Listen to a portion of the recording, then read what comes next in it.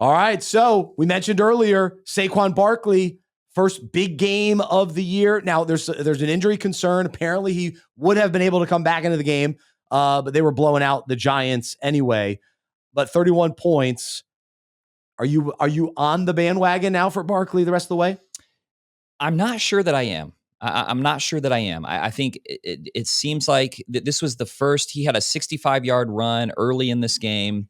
And then I think towards the end, when the game was out of hand, they also pulled him out. They said for like a little groin tweak or something like that, So that 65-yard run. I don't like that phrase. That's a tough phrase. It doesn't feel good. Yeah, I don't like that phrase. That 65-yard run was the first run that he has had this season that was longer than 20 yards. He's only got that one. I just think with the volume that he had last season, he seems like he's lost a step a little bit.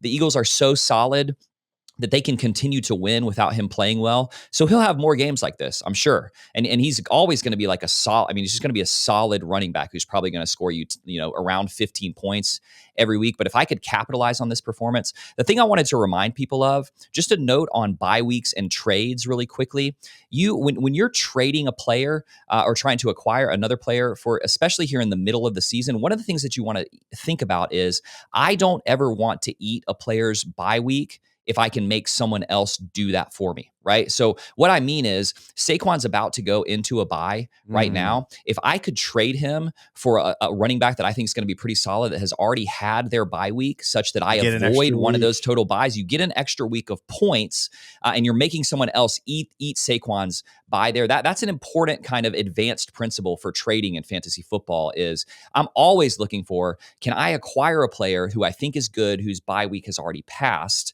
and get rid of one of my guys who's going to have a bye in like week 14, right? When I'm pushing for the playoffs, So that's kind of a next level. So for that reason, that's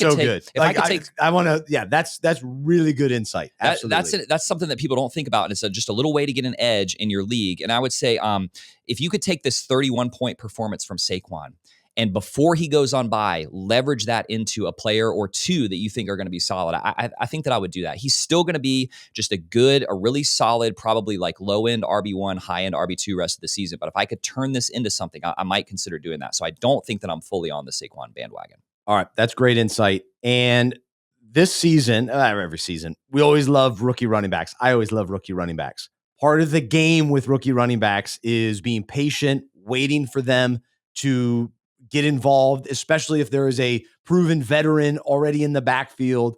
And so the bandwagon riding for rookie running backs is huge. You jump on, you jump off.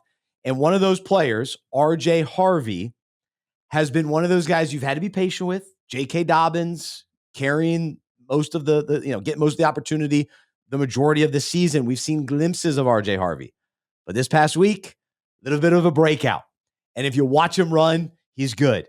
J.K. Dobbins is still healthy, and it's a miracle. We're 8 weeks through the season, and Dobbins is still healthy.